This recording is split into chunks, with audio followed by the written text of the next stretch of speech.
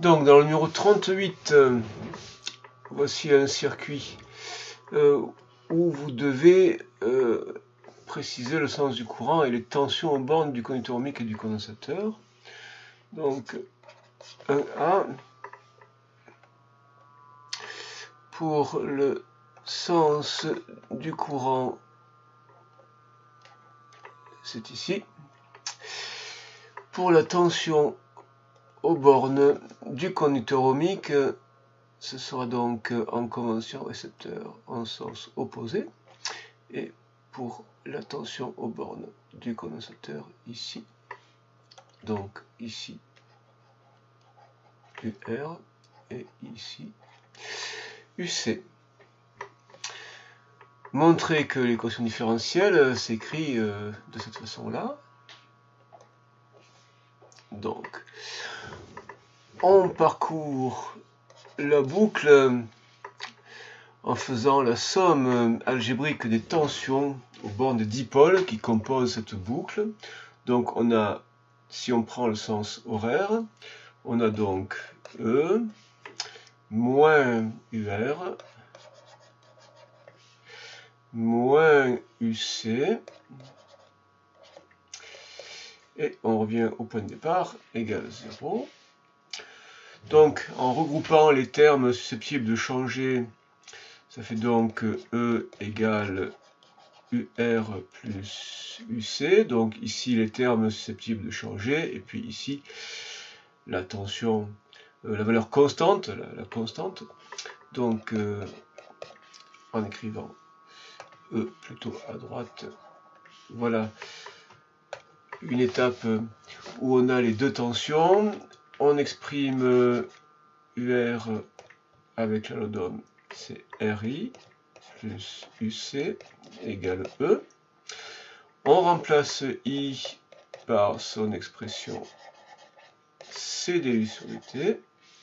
Donc ça fait R, et à la place de I, je mets C DUC sur dt, plus UC égale E, et on a bien une équation où interviennent une grandeur et la dérivée de cette grandeur, et donc c'est une équation différentielle. Alors comme c'est la dérivée première, c'est équation différentielle du premier ordre, avec coefficient constant et avec second membre constant. Vérifiez que ceci est bien solution de l'équation différentielle. Alors, est-ce que cette expression, ici de t, donc E, facteur de 1 moins E moins t sur RC, est solution de l'équation différentielle. Alors, on va remplacer donc UC ici par ceci, donc ceci. On va le mettre à la place de UC. Et puis il faudra la dérivée, donc il faut qu'on dérive ceci. Donc la dérivée de ceci, ça sera d de UC de t sur dt égale. Alors, il y a la dérivée de E qui est nulle, et il y a après donc la dérivée de moins E moins t sur RC.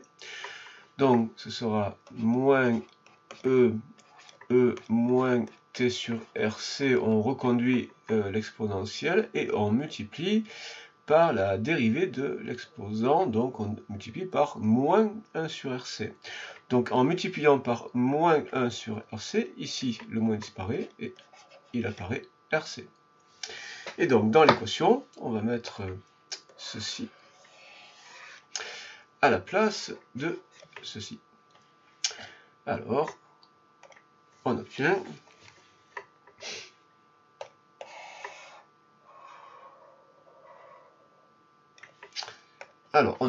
RC multiplié par ceci. Donc multiplié par E sur RC, E moins T sur RC, plus UC, donc c'est plus ça.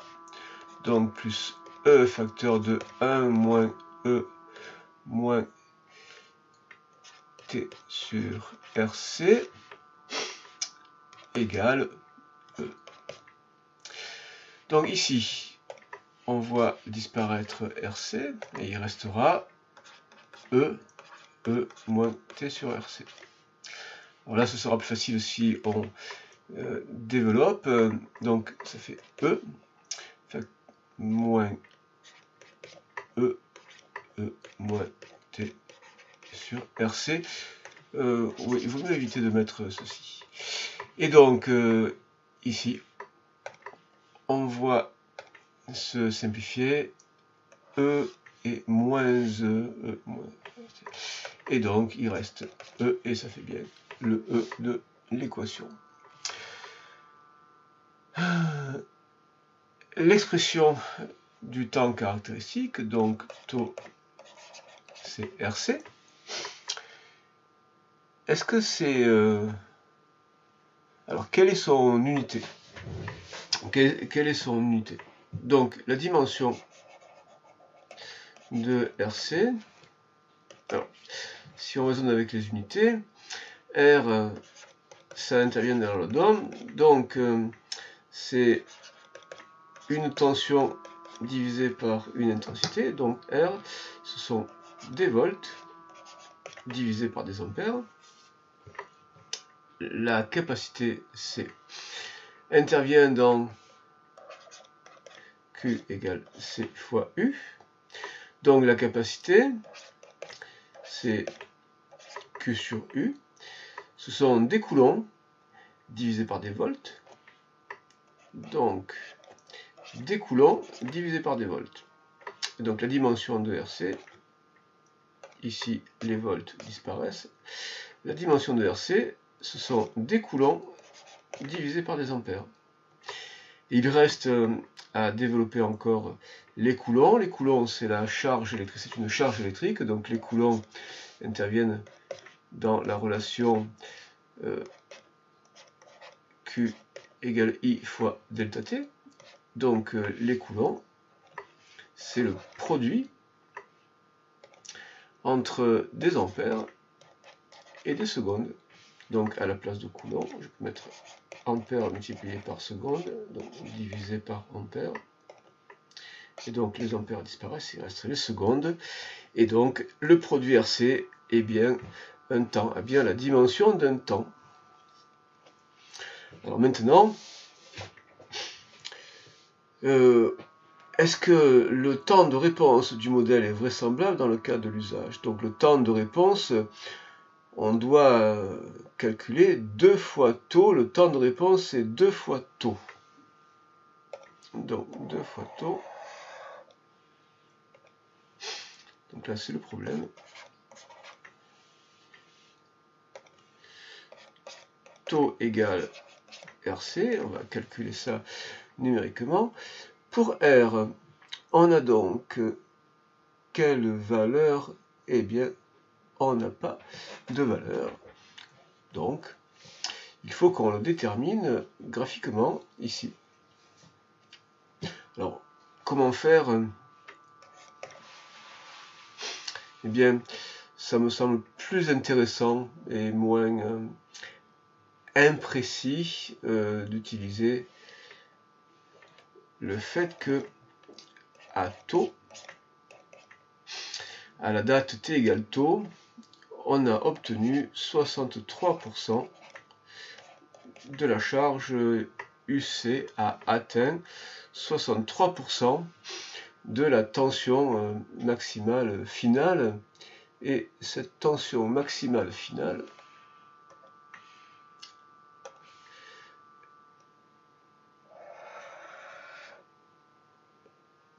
non, je suis en dessous. Bon, ça doit être 7 volts. Et donc, c'est 7 volts. Donc, égale 7,0 volts.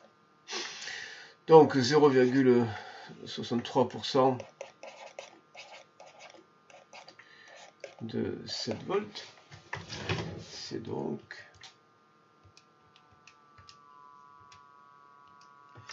4,4 volts. Donc pour avoir taux, eh bien, il faut chercher la date à laquelle UC atteint 4,4 volts. Donc 4,4 volts, 4,4 volts, 4,4 il va être ici.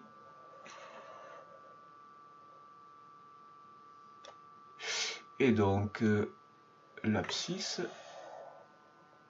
c'est 5 secondes. Donc 5 secondes. Donc taux égale, déterminé graphiquement, 5,0 secondes.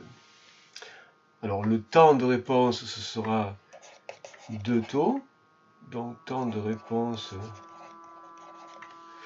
c'est 2 taux. Donc 10 secondes. Alors 10 secondes, c'est donc le temps nécessaire pour que l'appareil reconnaisse une carte.